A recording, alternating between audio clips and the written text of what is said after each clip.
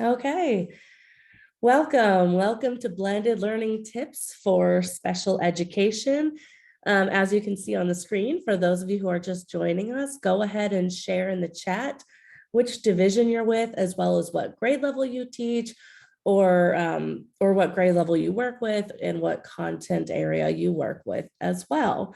Thank you for joining us today. I know this is a really busy time of day and a busy time of year, so we're so happy that you're here with us today. We appreciate you being here.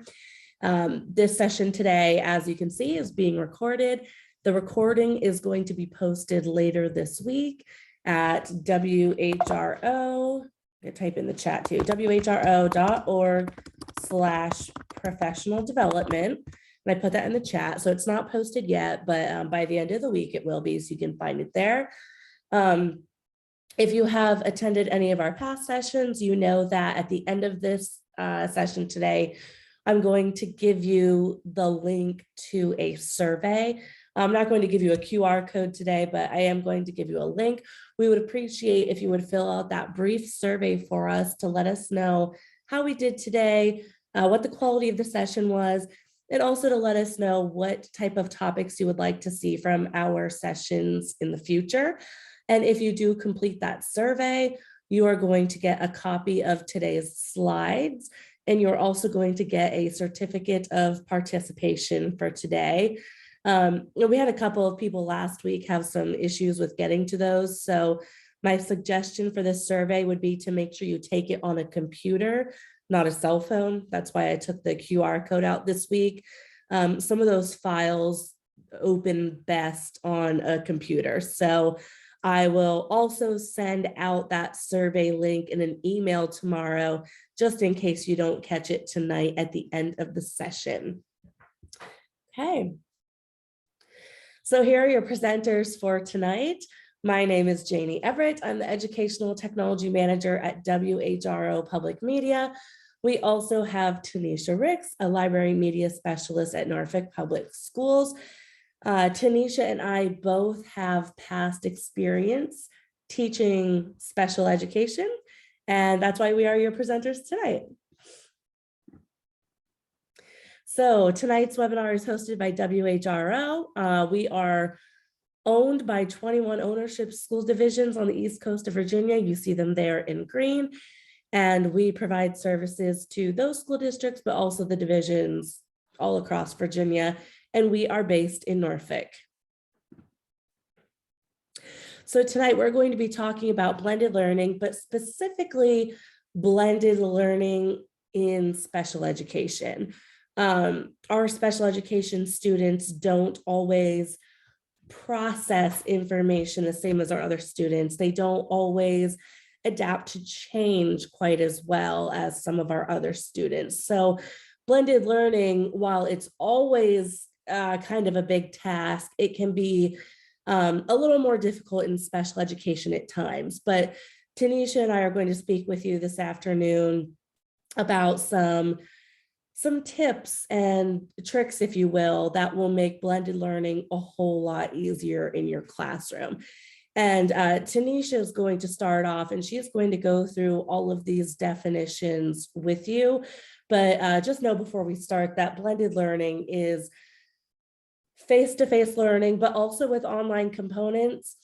And those online pieces aren't necessarily intended to replace any of your instruction as the teacher, but we use those online pieces to enhance our instruction. So hopefully we can give you some tools and tricks tonight to enhance your instruction. And on that note, I'm going to stop sharing my screen, and Tanisha, I will let you take over for the first half, and then you'll all see me again in the second half. Thank you. Good evening, everyone. Let me start to share my screen.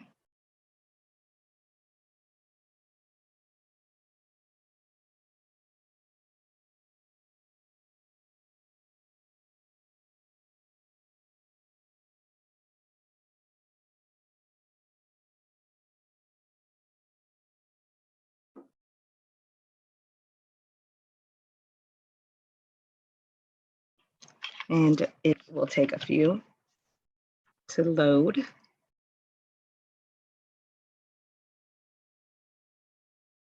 All right, Let me do that again. I'm gonna stop sharing because I always press that wrong button. Okay, let me do it again.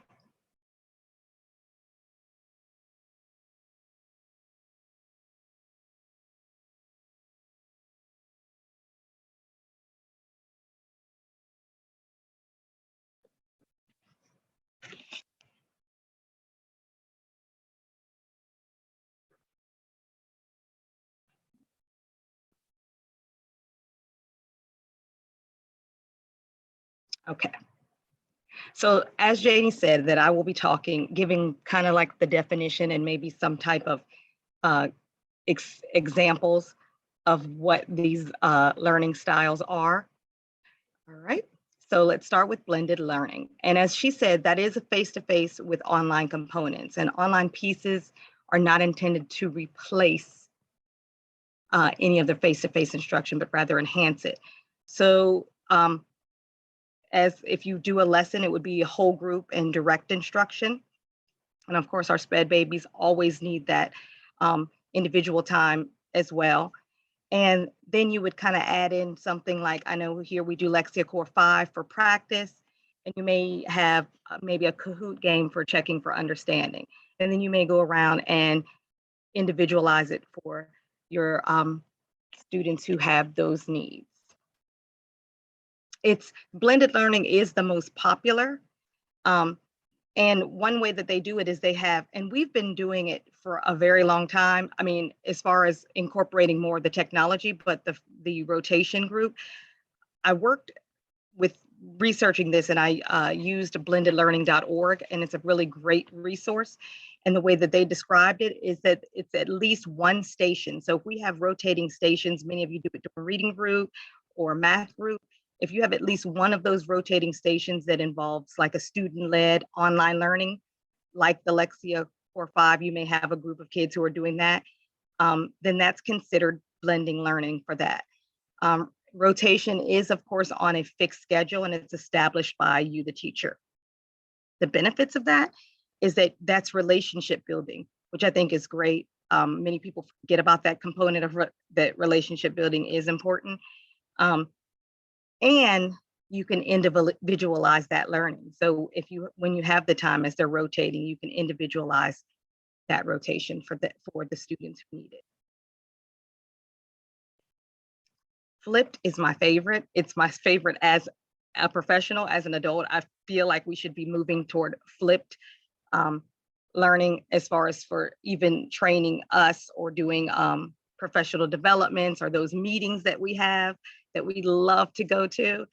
But this one is students learn the bulk of the material from online resources, and then they work face-to-face with the instructor to fine-tune the skills learned online. So right in the picture here to the left, students are introduced to the concept via digital resources at their own pace, and a whole group face-to-face instruction to fine-tune the concept. So an example for that is when I was doing my research with the Blended Learning Universe, I read about the flipped learning, the way that they have done it with different schools, and it enables teachers to use class time for more than delivery in traditional lectures. So for example, for homework, these students would screen 5 to 10 minutes of a tailored pre-recorded instructional video, and that would feature their teachers on those upcoming week's topics. Now, this may be something that will come in the future for us, but we are moving slowly toward these wonderful learning ways of learning. Students are asked to prepare like 6 guiding questions with this model. And these questions are tiered to Bloom's taxonomy's first tier. And that first tier is recalling, using describing, relating, tell, or find. And during class, these students work collaboratively with their peers. And that is so great because we forget how much they can get from their peers on an in-depth study of that topic. And the teacher is available to guide and support. So at the end of class, the students at this particular school, they take differentiated exit tickets, which prompt their critical thinking. So when students arrive to the class at the start of the week, they're aware of exactly what they're studying because they've already done it as homework, and they come prepared with a basic understanding of that subject. All right, hybrid, that's face-to-face with the online components. And unlike blended learning, online pieces are intended to replace some of the face-to-face instruction. So students with this, the lessons are done online and the teacher oversees online instruction, but also teaches subjects that are not offered online. So with my research, they called, and because there's so much information and people see these components differently, I found varying names for these components. So they also called the hybrid model the flex model. And they did it 3 different ways, but I only chose one. And they were doing it, this particular school was doing it for middle school in California, and they started in 2015.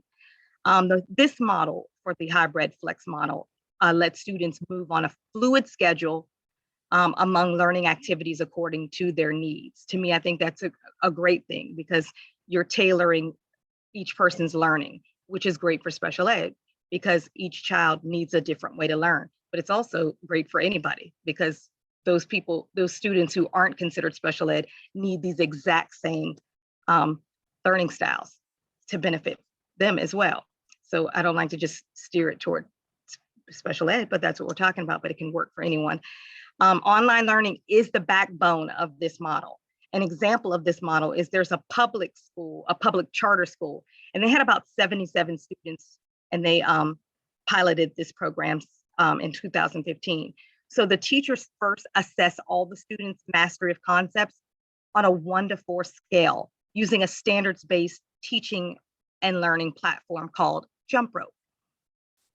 Students have agency in determining how they wish to master their various concepts online or with group instruction. So they can choose, like if a student feels more independent with one particular subject, they can choose to work independently online, but if they need that extra support, then they can go into the group instruction that's available to them. And students then meet with teachers weekly to set our favorite kind of goals, people, SMART goals. And so not only do we have SMART goals, we pass that on to the children if we wanted to take up this model, and this particular school did it this way, but they have their weekly SMART goals, and they work at their own progress for those SMART goals. And then they take a formative assessment every Friday, which I totally like too, because the information's there and it's fresh, and they are not waiting for the end of the year to do it all. A big giant test. And that's good because it's chunked up for our SPED students. Students can move ahead faster, regularly to take their assessments, and can work at their own pace. Again, at their own pace is important. Students set their weekly goals, and they use the rest of that week to ensure mastery. So they don't feel pressured. They have a whole week to try to learn it and get the support they need. I love it, the freedom. Every day, students log into the Jump Rope program, and they assess their accomplishments, and they work accordingly. Teachers do intervene throughout the day, but only as needed. So they feel that freedom too. And they feel like they're not singled out because everybody in the classroom is doing this. There's virtual. So that's complete online instruction. It may be synchronous or asynchronous, and they call it a la carte, which I like. And when they did it with this study, they usually used it for high school and IB programs. When I taught in high school years and years ago, my class was offered at a certain time that another student in another school needed the class. It was booked up or not offered at the time she needed it at her home school. So they didn't have Zoom then, but they Zoomed her in on a television screen. So that was like big technology back then. And it was pretty neat because she took part in my class, which was more kind of concurrent. That'll be the next one that I talk to. So that's like moving us to the concurrent, but it was amazing. And so this one, we know a virtual because this is full-time online school, and we just came away from that. during the height of the pandemic when we were able to come back to school. We resorted to this during the pandemic, and teachers taught primarily online. Most of the day was online, synchronous, which is real time. And some of those days were asynchronous. If there was a day off, we promoted asynchronous learning. The teachers put assignments on the platform that they were using, which for us was Google Classrooms. Remember back to your typical day, because all of you may have participated in this virtual learning, and you would begin and end your school day online. Any breaks were when students did log off, but they had to come back on. And assignments were done online during class, and the assignments were presented through Google Classrooms, and classes were held via Zoom.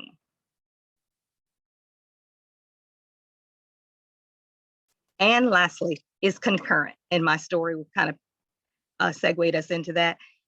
So with concurrent learning, they call it enriched virtual. And we experienced this model when we returned to school initially for in-person learning. And our district had some students learning virtually, and on alternate days, we had an A-B group. So some days we saw the A group students, and then some days we saw the B group students. But each of those days, there were virtual students who joined us online. That was kind of tricky for parents and for teachers and students and parents too at first, because it was a lot to attend to children virtually and in person. But once they got the hang of it, our staff was rocking and rolling. It would have been nice to have, and a lot of the SPED classes were able to probably do this, where the SPED teacher may have stayed online and tended to the students who were online, and then the actual teacher tended to the students in class. That would have been a great way to work it. But concurrent is the instructor teaches both face-to-face and virtual students together at the same time. So teachers teach the full day in person, as I said. So you guys, there's a lot of information out there for you to change the way you're doing things, to add spice to it, because all of these different models are amazing. You can just take pieces a la carte of each one of them that works for you and your students, but don't be afraid to jump on in. Thank you for your time. Janie, it's all you. Thank you, Tanisha. Perfect. I'm going to go ahead and share my screen now. And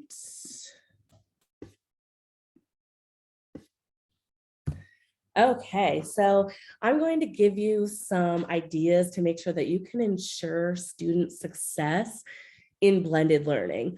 And I know we're kind of focusing on special education today because most of us here are special education teachers, but just know that what we're sharing with you today is relevant for any type of student that you have in your classroom. So the first tip would be to organize and simplify. When using blended learning, we're talking about having all sorts of digital resources, digital tools. Even if we're not currently in a virtual learning classroom, blended learning is bringing in those virtual pieces, even if we're in a face-to-face classroom. So just like your classroom in person would be organized and easy for your students to use and access, we want to make sure that anything we do digitally is also easy to access. So first you see here a daily agenda, and a lot of you would have a calendar or an agenda on a bulletin board in your classroom. Do that virtually as well. A lot of our special education students really thrive on organization and schedules and agendas, and there's no reason we can't keep that in a virtual setting either. So my slides are full of links. I know Tanisha had some links in her slides as well. So when we share these slides out with you, feel free to go through, and if you click on my pictures or if you look down in the notes section, you're going to see links for all of this. This exact agenda is linked, so you can go ahead and steal this, use it, modify it, whatever you want to do. This is a Google slide format, this agenda, so you can go ahead in there and type in your bell ringers, your assignments, your homework, all of that. And then you can either embed or include the link right in your learning management system. And speaking of learning management system, that comes next. Whether you have Schoology or Google Classroom or Canvas, whatever you're using, keep things organized in there as well. It's going to be easier for our students to be successful if we are setting them up for success with a good organized learning space, whether it be in person or virtually. So even though I'm going to be giving you a bunch of links today for things that are out all over across the internet, don't make your students go on a wild goose chase all over the internet to complete their assignments. Wrangle them in a little bit by adding them into your learning management system. Don't have a learning management system? Not a problem, because I have a workaround for that as well. If you are a division that doesn't have one for whatever reason, a really great tool to use is Symbaloo. It's kind of an older one. I've been using it for years, but that just means it's good because it's still around. We're still using it. Really quickly, let me get out of my full screen and I will actually take you to Symbaloo briefly. I'm not going to give you a huge tutorial on it. I just want to show you what it looks like. If you do need a tutorial though, I linked one in my slides, no worries. So Symbaloo is just one website where you can gather all of your links and resources in one great place for your students. All of these little tiles are where you can add your resources. So you might make a Symbaloo for math or for language arts. You might make a Symbaloo for just today or for this week or for this unit on cells. You can make as many Symbaloos as you want. You click on a tile. It has some suggestions here for you. Oh, perfect. I use Class Dojo with my students, so I'll make that one of my Symbaloo tiles. Or if you're looking for something in particular, I don't know, maybe like Splash Math, there it is. And then you can just share this Symbaloo with your students. You can send them the link in any way that you share information with your students. And now they have all of the resources right here that you want them to get to in one nice spot. My second tip is set and maintain expectations. Your students need to know what you expect of them virtually, just like they know what you expect of them in the classroom. It's a great idea to start the year or each quarter or whatever with your students and going over a set of rules and expectations for the classroom that year. And make sure you include the virtual classroom as well. Let them know what you expect of them within the learning management system or any online platform that they are using, and have your students involved in that rulemaking process. Don't just give them a list of rules. Ask them what rules they think need to take place in the classroom, and then get those down on paper or a digital platform of some sort. And along with that, have your students evaluate themselves on how they think they're doing with the digital resources in the classroom. This is a Jamboard that I created, and yes, it is linked, so you can take it and steal it and modify it and use it however you want to, but it's just a little chart I created. And actually, I'm gonna go ahead over to it. I just created this little rubric. Oh, it's gonna have you make a copy. So every day students can check out this rubric, and the first page is all of the criteria, because of course we don't want to give students a rubric without any criteria to it. So they'll say, okay, here's what I need to do today to be focused, productive, and collaborative with my classmates.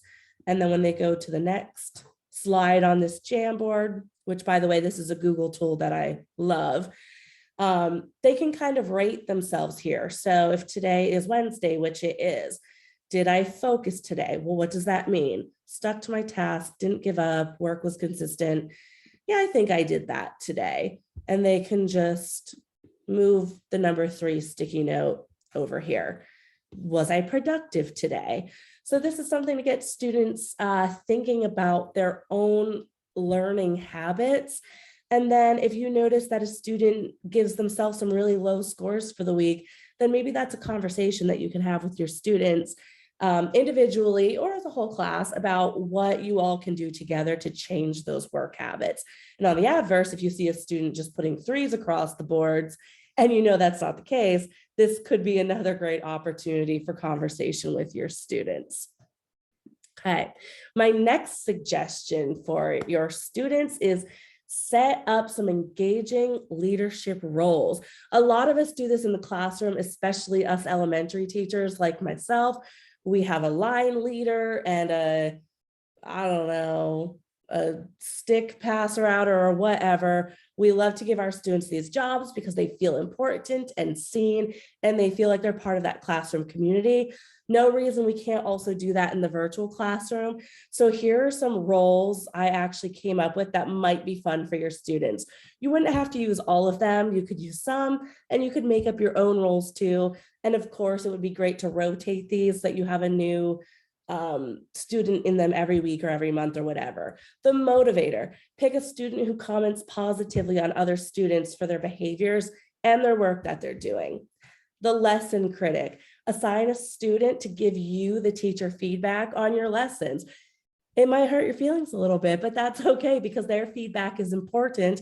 They're the ones receiving our lessons every day for a whole year. The discussion moderator. We all have online forums with our students where they are making discussion posts and then commenting on each other's posts. Choose one student to be the moderator to make sure that everyone is participating and also being appropriate, because it's hard for us to moderate those things all the time. Of course, the tech support. I mean, let's face it, our students are already better at technology than we are. So if we're struggling with our technology, have them help. They can help. And also the calendar captain. We all have calendars in our classroom. So whether it be on your bulletin board or in your learning management system, wherever you keep your calendar, you can assign a student every morning to check that calendar and to make big announcements to the class. Like, today is picture day. Today, don't forget, we have that quiz in math on fractions. You might want to check up on your notes after lunch or whatever it may be. And my last tip for you today is to continue making personal connections. I should have put the word continue on there because we're all doing that already. We're always making connections with our students. And we just want to make sure that that part doesn't get lost when we're giving our students assignments that are digital. And I'm sure you've heard of Flipgrid before. I'm sure you've probably used it as well, but I had to include it because it truly is one of the best tools out there for making connections with your students. Not only can you use it for academics, like here, create a quick video on what you feel about the new character we were introduced to in chapter 5, but you can also use it for the personal connections. You can create a Flipgrid that says, talk to me for 30 seconds about what you did over the weekend. And then your students get to make these quick little 30-second videos just to tell you what they did over the weekend. And then you get to see those videos and the other classmates get to see those videos as well. And the best thing about Flipgrid is that it has all these cool features. You know, sometimes our special ed students or any of our students aren't comfortable communicating with others. They're not comfortable on camera or showing their faces. So Flipgrid has blur options. It has sticker options.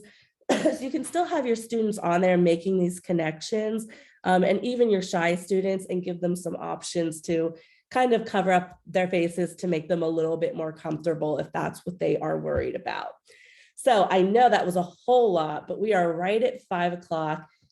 Thank you for joining us. We are going to stick around for a couple of minutes here. So if you have any questions, go ahead and put them in the chat. I'm going to go ahead and grab this survey link right now, not making the QR code mistake again today. Janie, Sandra asked, will the self-assessment rubric make a copy for each student?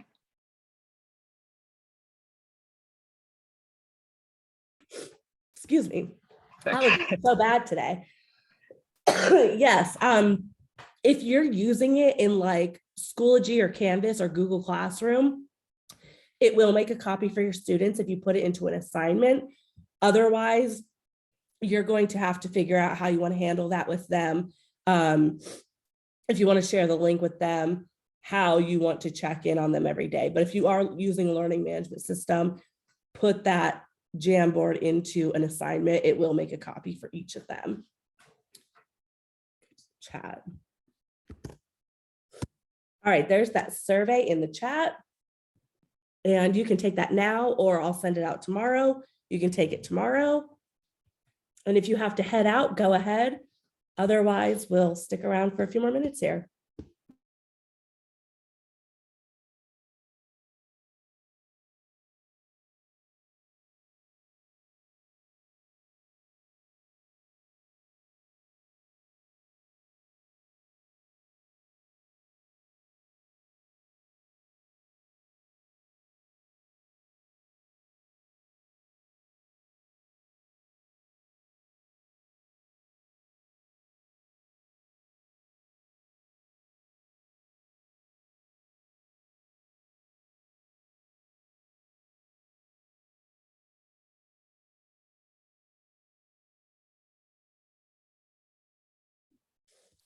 Oh man, my allergies, the pollen is just like pooling in my yard today. Let's see, email for the certificate. So Sean, I saw your message. If you're referring to the certificate from last week's session, if you attended last week and you didn't get the certificate because of the cell phone issue, you can email me. I just put it in the chat. It's janie.everett@whro.org. Email me, I can get you last week's certificate. If you're referring to this week's certificate, you can either take the survey today. Let me get that link one more time for you. There it is again in the chat. But you're taking it by phone. Okay, no worries. We're going to, well, actually Zoom is going to do an automatic email out tomorrow to everyone who attended tonight. And it's going to use the email that you registered with, and it will send you a link to that survey. So if you can't see the survey link right now, no worries, you'll get it tomorrow in your email when Zoom does that auto email out. All right. I don't think I see any other questions coming in, so I'll go ahead and end this session for us. Thank you all for joining us. And Tanisha, thank you so much. You did an excellent job, and I appreciate you joining me tonight. Was cool. All right. Have a good rest of your week, everyone. Bye.